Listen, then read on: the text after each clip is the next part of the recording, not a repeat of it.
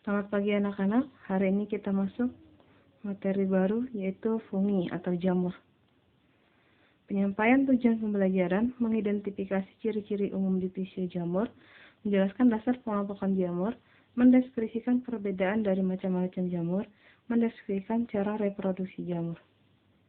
Ini jelas contoh-contoh jamur, ya, bahkan tempe terbuat dari jamur. Ini ada jamur yang berbentuk payung, berbentuk bulat, dan berbentuk kuping.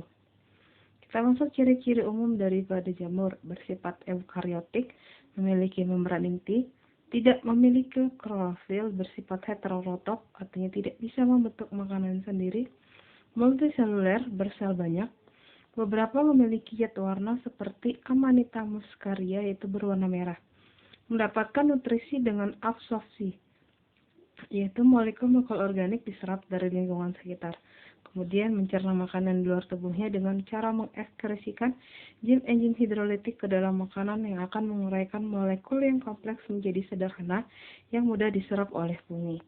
Kemudian bentuknya bermacam-macam, ada berbentuk tubuh buah oval, berbentuk benang, berbentuk mangkuk, payung, setengah lingkaran, kuping, dan bulat. Dindingnya tersusun dari zat kitin. Kitin adalah suatu polisakarida mengandung nitrogen yang kuat dan fleksibel, seperti zat kitin pada kerangka eksternal serangga dan arthropoda. Struktur dan fungsi tubuh: hipa atau hipae, benang-benang halus. Kemudian ada septum atau septa, yaitu sekat atau dinding yang membagi hipa-hipa. Umumnya memiliki pori supaya organel-organel dan nukleus bisa mengalir dari satu sel ke sel yang lain. Ada hipa senositik, yaitu hipa yang tidak berseptum. Ada miselium atau miselia, itu hipa yang bercabang membentuk anyaman. Miselium vegetatif berfungsi untuk menyerap makanan. Miselium generatif menghasilkan spora, berfungsi untuk reproduksi. Hostorium atau hostoria atau ujung hipa berfungsi untuk menyerap makanan yang menembus jaringan inang. Ini adalah hipa yang bersekat, hipa senositik, dan hostoria. Ini adalah gambar daripada hipa. Cara hidup pertama adalah heterotrof.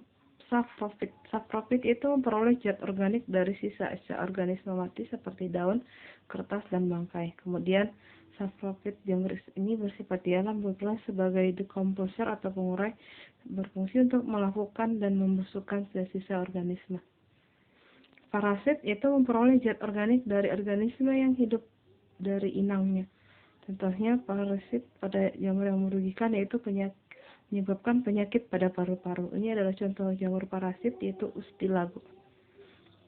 Simbiosis yaitu memperoleh zat organik dari organisme hidup lain atau inang namun bersifat menguntungkan.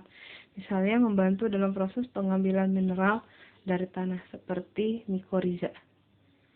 Simbiosis menguntungkan, contohnya simbiosis jamur dengan ganggang hijau biru membentuk lumut kerak atau lichen, di mana jamur menyerap air dan mineral sedangkan ganggang menyediakan bahan organik hasil fotosintesis.